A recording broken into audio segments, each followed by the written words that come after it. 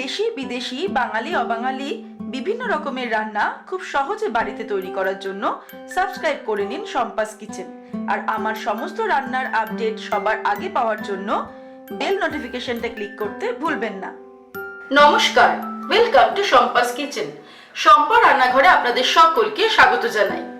আজকে আমি তৈরি করব ইলিশ মাছের একটা দুর্দান্ত রেসিপি, লাউ পাতা ইলিশ পাতুরি। আপনারা দেখুন আমি কি করে এই দারুণ রেসিপিটা তৈরি করছি খুব কম সময়ে। আমার রেসিপিটা ভালো লাগলে অবশ্যই রেসিপিটাকে লাইক করবেন, শেয়ার করবেন। তাহলে চলুন খুব কম সময়ে চটজলদি খুব কম ইনগ্রেডিয়েন্টস ব্যবহার করে তৈরি করে ফেলি লাউ পাতায় ইলিশ পাতুরি।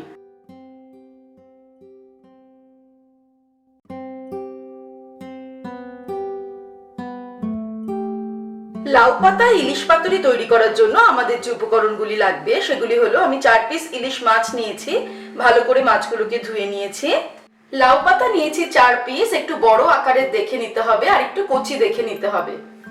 পাতাগুলোকে ভালো করে কিন্তু জলে ধুয়ে জলটাকে ঝরিয়ে নিয়েছি।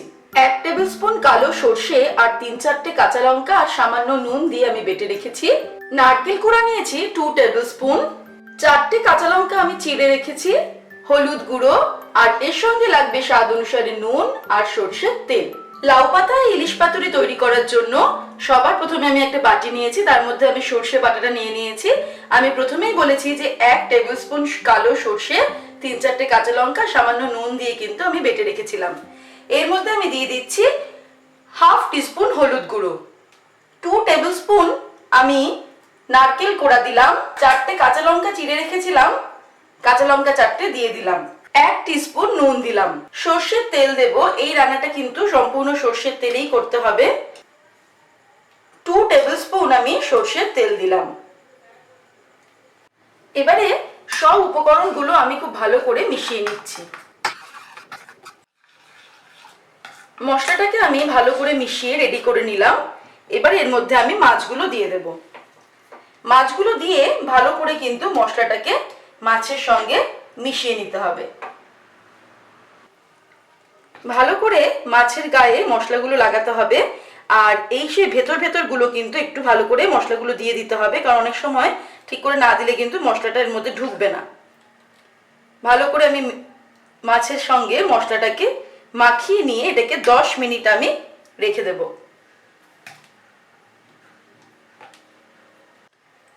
মাছগুলোতে আমি খুব ভালো করে মশলাগুলো মাখিয়ে দিয়েছি।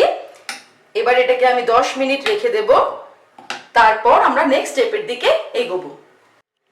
ইলিশ মাছগুলোকে ম্যারিনেট করে আমি 10 মিনিটের জন্য রাখতে দিয়েছি।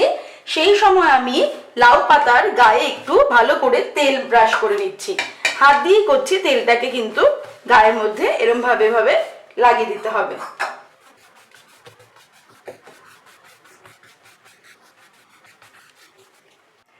দশ মিনিট হয়ে গেছে। এবারে আমি একটা প্লেটের মধ্যে আমি একটা লাউ পাতা নিয়ে নিয়েছি। লাউ পাতার কিন্তু এই সাইডটাতেই আমি তেলটা মাখিয়ে নিয়েছি। লাউ পাতাটা রেখে তার মধ্যে একটা আমি প্রথমে মাছ দিয়ে দিচ্ছি। মাছ দেওয়ার পরে একটা লঙ্কা দেব, কাঁচা লঙ্কা, আর বেশ কিছুটা পরিমাণ গ্রেভি দিয়ে দেব, যাতে মাছটা ঢেকে থাকে গ্রেভিতে। এবারে পাতাটাকে আমরা মুড়ে দেব।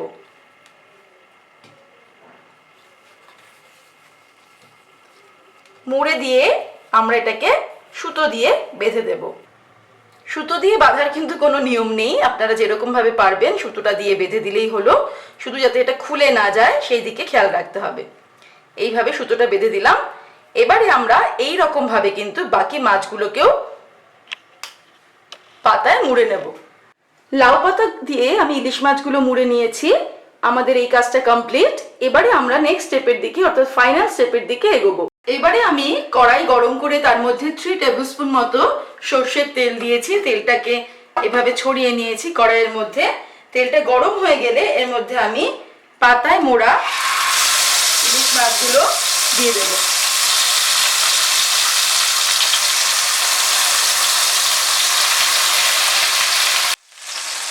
পাঁচ মিনিটের জন্য আমি এটাকে ঢাকা দিয়ে দিলাম। আঁচটাকে কিন্তু মিডিয়াম টু লো এর দিকেই রাখবো। 5 মিনিট হয়ে গেছে। এবারে আমি মাছগুলোকে উল্টে নেব।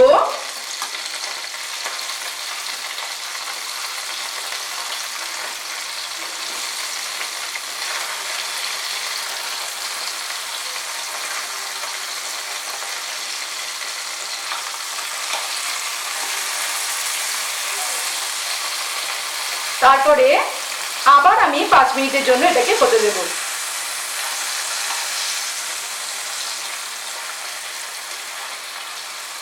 ঢাকা দিয়ে দিলাম, আর 5 মিনিট আমাদের সময় লাগবে। আরো 5 মিনিট হয়ে গেছে। এবার আমি ওভেনটাকে অফ করে দেব। লাউ পাতা ইলিশ পাতুরি কিন্তু একদম রেডি। গরম গরম ভাতের সঙ্গে এবার আমরা এটাকে সার্ভ করব। চলুন দেখে নেওয়া যাক আমাদের লাউ পাতায় মোড়া ইলিশ পাতুরিটা কেমন হলো।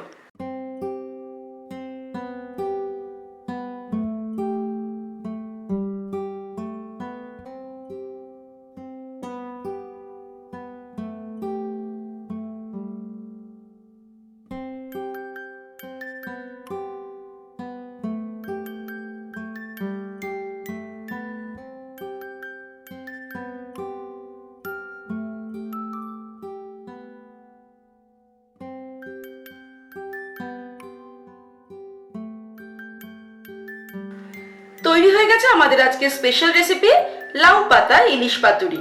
আপনারা দেখলেন আমি কত তাড়াতাড়ি এই দুর্দান্ত রেসিপিটা তৈরি করলাম। এটা আপনারা অবশ্যই বাড়িতে তৈরি করুন এবং আমাকে জানাতে ভুলবেন না আপনাদের কেমন লাগলো। আমার রেসিপিটা ভালো লাগলে অবশ্যই রেসিপিটাকে লাইক করুন, শেয়ার করুন, আর নিত্য নতুন রেসিপির আপডেট পাওয়ার জন্য এক্ষুনি আমার চ্যানেলকে সাবস্ক্রাইব করে নিন। সুস্থ থাকবেন, ভালো থাকবেন। আমি আবার হাজির হব নতুন নতুন রেসিপির সঙ্গে। নমস্কার।